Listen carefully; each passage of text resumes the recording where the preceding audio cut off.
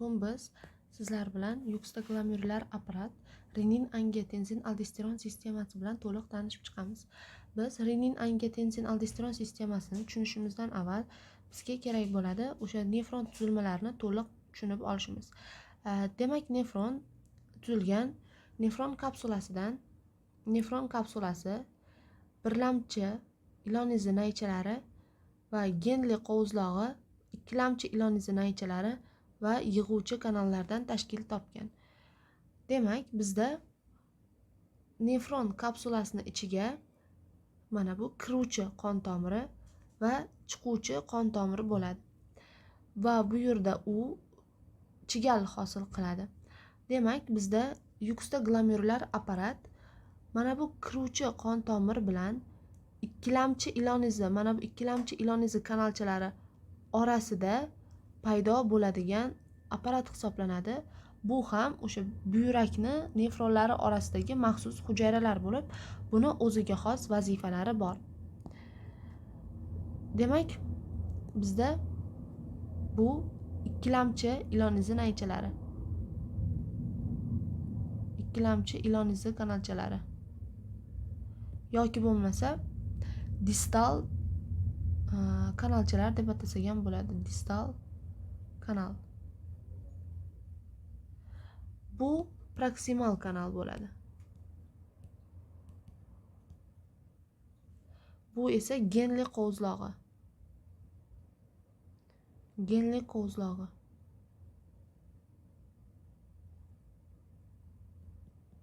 Bu esa yig'uvchi kanal hisoblanadi. Yig'uvchi kanal. Endi biz mana bu bizda hisoblanadi yukstakglomerulyar apparat. Yuga deb ataladi. Yukstakglomerulyar apparat.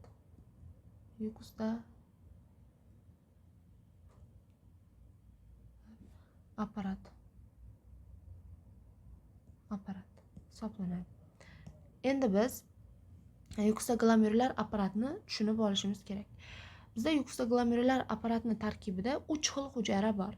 Birinchi hujayramiz qon tomir devorida joylashgan hisoblanadi va bu glomerulyar hujayralar hisoblanadi.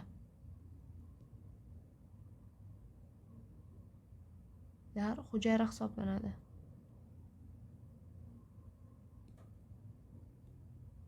Hujayra hisoblanadi va buni hujayralarni retseptorlari bo'ladi.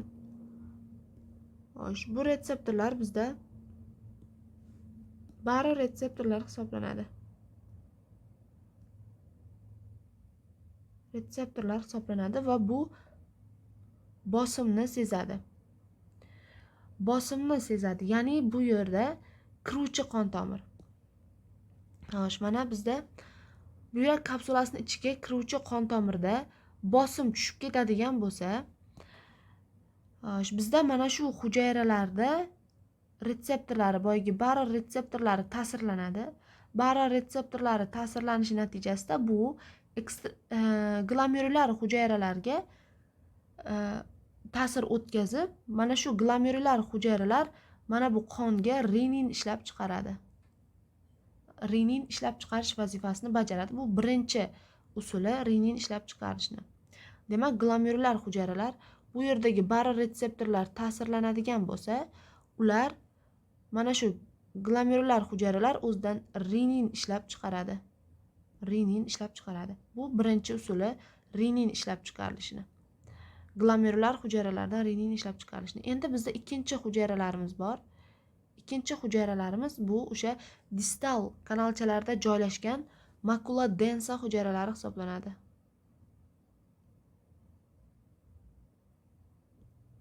Makula densa hujayralari hisoblanadi. Makula densa hujayralari mana shu ikkilamchi ilon izi kanalchalaridagi natriyga sezgir bo'lgan hemoretseptorlari bor. Demak, hemoretseptorlari bor.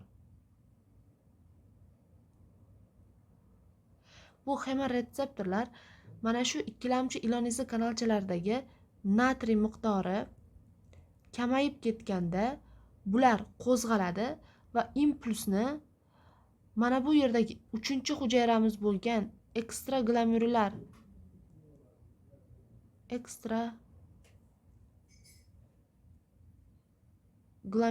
hujayralar orqali bu yerdagi glomerular hujayralarga o'tkazib beradi. Demak, mana glomerular hujayralarimizga o'tkazdi va glomerular hujayralarimiz yana renin ishlab chiqaradi. Mana bu yerda renin ishlab chiqaradi. Bu endi bizda xemoretseptorlar qo'zg'alishi natijasida bo'lgan ikkinchi yo'limiz edi. Endi bizda uchinchi yo'limiz qanaqa bo'ladi? Uchinchi yo'limiz bizda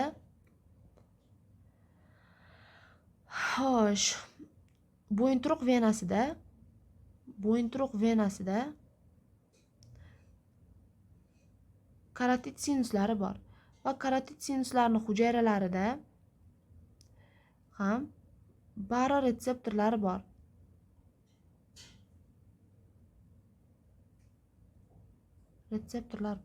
Mana shu baroretseptorlar qachonki bo'yinturuq venasida bosim tushib ketadigan bo'lsa, bular qo'zg'aladi va bular qo'zg'alishi natijasida 9-nerv ta'sirida bosh miyaga boradi.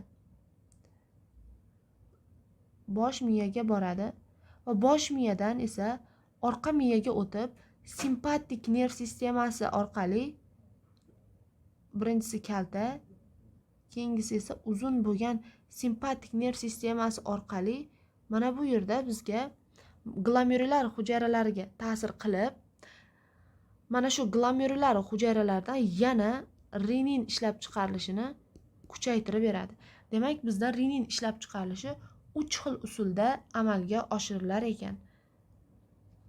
Xo'sh, renin ishlab chiqarilishi ketdi.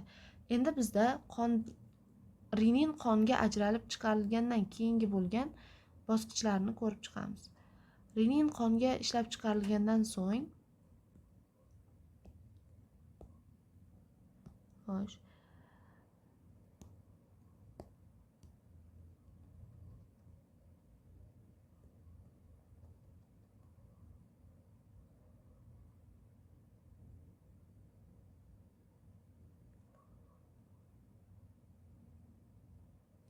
demak, mana bu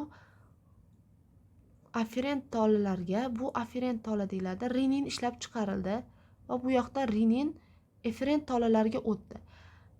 Shunday qilib, buyrak venasi orqali, mana buyuragimiz bo'ladigan bo'lsa,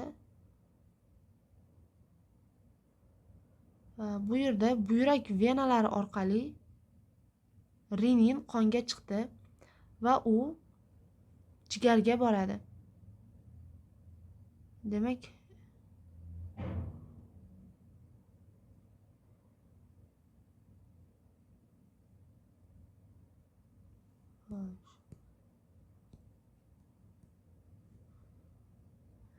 jigarga boradi. Jigarga borib, mana renin, jigarda angiotenzinogen degan modda bor. Demak, angiogen degan moddani angiotenzin 1 ga aylantiradi. Tenzin 1 ga aylantiradi. Mana shu renin ishtirokida jigarda sodir bo'ladi.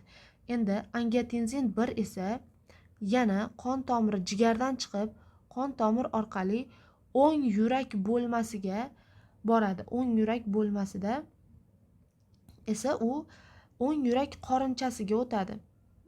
O'ng yurak qorinchasi orqali esa u keyinchalik, demak, o'pkaga boradi.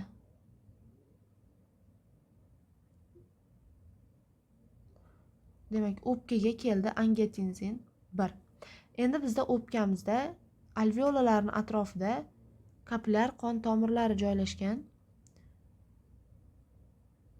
Mana kapillyar qon tomirlari hujayralari bizda shunaqa ferment ishlab chiqaradiki, buni nomi angiotensin converting enzyme, ya'ni angiotensinni konvertlovchi ferment hisoblanadi. APF fermenti ham deyiladi. Mana shu hujayralarda doimo mana shu angiotensin converting enzyme ishlab chiqariladi. Va bizda angiotensin 2 keldi. Angiotensin 2, angiotensin 1 keldi. Mana shu ferment ishtirokida bu o'tadi angiotensin 2 ga. Angiotensin 2 ga aylanadi. Endi bizda mana shu angiotensin 2 funksional ahamiyatga ega bo'lgan hujayralarga o'z ta'sirini o'tkaza oladigan ferment hisoblanadi. Endi bu angiotensin 2 ni biz ta'sirlarini ko'rib chiqamiz. Angiotensin 2 bizda bevosita va bilvosita ta'sir ko'rsatadi.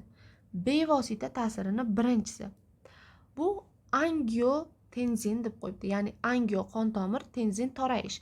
Angiotensin 2 bizda qon tomirlarini toraytirib beradi va qon tomirlarini qisqarishiga sabab bo'ladi.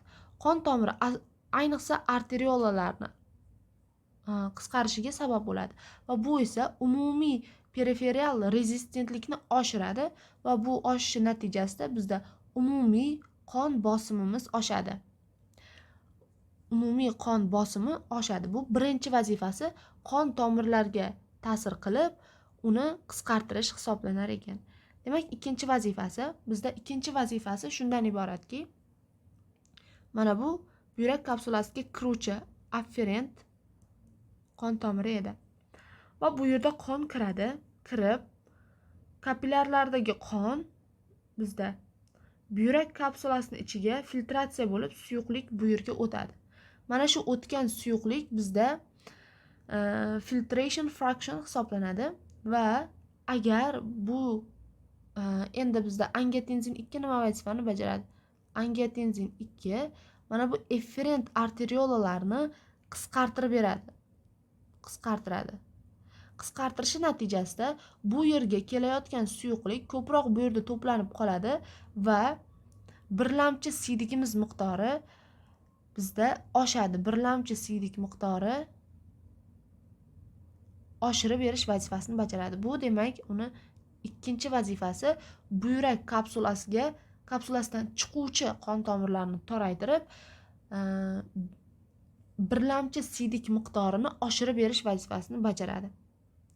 Demak, ikkinchisi bu endi uchinchisi bu uning bilvosita ta'siriga kiradi. Ya'ni bu yerda u to'g'ridan to'g'ri angiotensin 2 emas, balki u qaysidir boshqa moddani faollashtirib, so'ng esa ta'sir ko'rsatish mexanizmi hisoblanadi. Ya'ni bu yerda angiotensin 2 buyrak usti bezini po'stloq qismini zona glomeruloza qismiga ta'sir qiladi va bu qismidan esa aldosteron fermenti ishlab chiqariladi, gormoni ishlab chiqariladi. Aldosteron esa bizda ikki xil hujayralarga, principal hujayralarga va alpha intercalated hujayralarga ta'sir qiladi. Va bu angiotensin, renin bizda buyraklarda ishlab chiqarilayotganda, angiotensin esa o'pkada borib APF ishtirokida angiotensin 2 bo'ldi va uchinchi fermentimiz esa aldosteron. Aldosteron bizda buyrak usti bezining po'stloq qavati zona glomeruloza qismidan ajralib chiqadi va ikki xil principal hujayralarga va alpha intercalated hujayralarga ta'sir qilib o'z funksiyasini bajaradi. Endi buni funksiyalari quyidagilar. Birinchisi principal hujayralarga, ya'ni bu o'sha buyraklarda joylashgan, buyrakning o'sha kalvasimon kanalchalarida joylashgan hujayralar hisoblanadi. Bu esa o'sha suyuqlikni ikkilamchi suyuqlik bo'lib chiqib ketadigan joy. Bu esa bizda kapillyar qon tomirlari, uni atrofini o'rab olgan kapillyar qon tomirlari. Demak, aldosteronning ta'siri. Birinchi ta'siri kapillyar qon tomir va hujayralar ikkilamchi uning hujayralari, kalvasimon kanalchalari hujayralari devorida joylashgan kaliy natriy antiportini aktivlash hisoblanadi. Ya'ni natriyni qon tomirga ko'proq o'tkazadi, kaliyni esa o'sha kalavasimon kanalchalarni hujayrasiga o'tkazadi va kaliy esa so'ng suyuqlik bilan tashqariga chiqib ketadi. Ikkilamchi siydik bo'lib tashqariga chiqib ketadi. Ikkinchi mexanizmi esa bu natriyni hujayrani ikkilamchi kalavasimon kanalchalarni ichiga, hujayra ichiga kiritish vazifasini bajaradi. Demak, natriyimiz bizda qonda ko'p siydik bilan chiqib ketishi kamayyapti va qonda miqdori esa oshyapti. Qonda miqdori oshdi degani natriy o'zi bilan doimo suvni olib yuradi degani. Ya'ni umumiy qon miqdorimizni oshirib beradi. Endi bizda ikkinchi hujayralar bu alfa intercalated hujayralari hisoblanadi.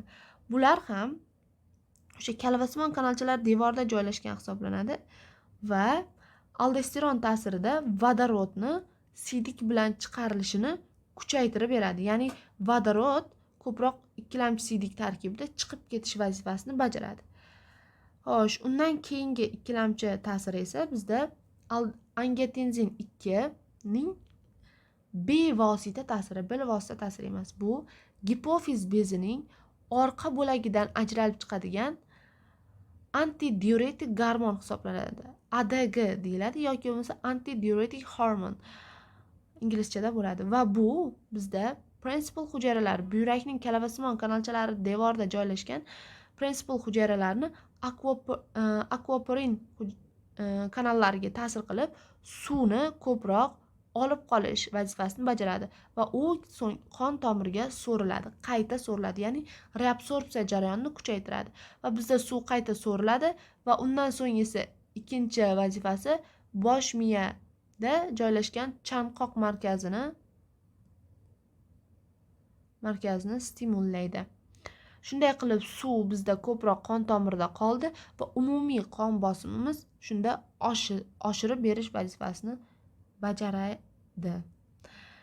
Endi umumiylashtirib aytadigan bo'lsak, bizda demak, renin qachon sintezlanishi kuchayadi? Demak, sintezi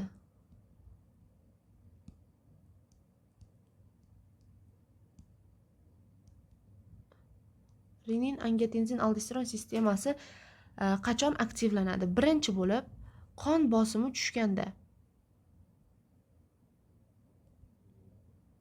Bosimi tushadigan bo'lsa, kapillyar qon tomirlaridagi boyagi baroretseptorlar qo'zg'alib, u ekstraglomerulyar hujayralarni renin ishlab chiqarishni kuchaytirib beradi. Renin esa boradi jigarda angiotenzin 1 ga aylantiradi. Angiotenzin boradi o'pkaga, kapillyar qon tomirlarida APF fermenti ishtirokida angiotenzin 2 ga aylanadi va angiotenzin 2 esa o'z funksiyasini bajaradi. Demak, birinchi bo'lib qon bosimi tushishi kerak. Ikkinchi qachon o'sha renin ishlab chiqarish kuchayadi deydigan bo'lsak, bizda ikkilamchi kalavasimon kanalchalarda natriy kanallarimiz bor edi va o'sha ikkilamchi kalavasimon kanalchalardagi suyuqlikda natriy miqdori kamayib ketsa, ya'ni bu degani suyuqlik kam keladigan bo'lsa ikkilamchi kalavasimon kanalchalarga va bu yerdagi hujayralardagi hemoretseptorlar ta'sirlanib, u glomerulyar hujayralarga ta'sir o'tkazadi va yana renin ishlab chiqarilishi oshadi. Demak, bizda natriy miqdori kamayib ketishi kerak. Xo'sh, uchinchisi esa bizda qachon edi? Uchinchisi bizda baroretseptorlar bo'yinturuq venasidagi baroretseptorlar stimullanganda, ya'ni o'sha yerda ham bosim oshib ketadigan bo'lsa, u bizga bosh miyadan esa simpatik nerv sistemasi orqali glomerulyar hujayralarni ta'sirlantirib, yana renin ishlab chiqarilishini kuchaytirar edi. Mana shu ta'siri. Endi buni natijasi qanaqa? Bu sintezlandi, ya'ni angiotenzin 2 ajralib chiqdi. Angiotenzin 2 qayerlarga ta'sir ko'rsatardi? Ta'siri. Birinchisi bo'lib bizda qon tomirlarni toraytiradi. Vazokonstriksiya deylik. Vazokonstriksiya. konstriksiya toraytiradi. Endi ikkinchisi esa aynan buyrakni efferent arteriolalarni toraytirib nima qilardi? Filtration fraction'ni, ya'ni filtratsiyadan o'tgan suyuqlikni miqdorini oshirib berardi. Va uchinchisi esa buyrak usti bezining zona glomeruloza, po'stloq qavatining zona glomeruloza qavatiga ta'sir qilib, aldosteron ishlab chiqarishni kuchaytirardi. Aldosteron esa o'z navbatida kalavasimon kanalchalarda natriyni ko'proq qonga so'rilishini kuchaytirib beradi. Va qonda ko'proq natriy bor degani bizda qonda suyuqlik ko'proq, ya'ni natriy o'zi bilan doim suvni olib yurish natijasida u o'zida ko'proq suyuqlik to'playdi degani. Va u aldosteron ishlab chiqarishni kuchaytirdi. Va to'rtinchisi gipofizda antidiuretik gormon ishlab chiqarishni kuchaytirdi. Antidiuretik gormon nima qiladi? Antidiuretik gormon bizda o'sha kalavasimon kanalchalaridagi suv kanallari, ya'ni akvaporin kanallarini stimullab, suvni o'zida olib qoladi. Ya'ni qon tomirlariga qayta reabsorpsiya bo'lishini kuchaytirib beradi va qonda umumiy hajmi ortadi. Beshinchisi esa bu chanqoq markazini stimullab beradi. Demak, renin angiotensin aldosteron sistemasida bugungi tushunishimiz kerak bo'lgan mavzu shu edi. Rahmat e'tiboringlar uchun.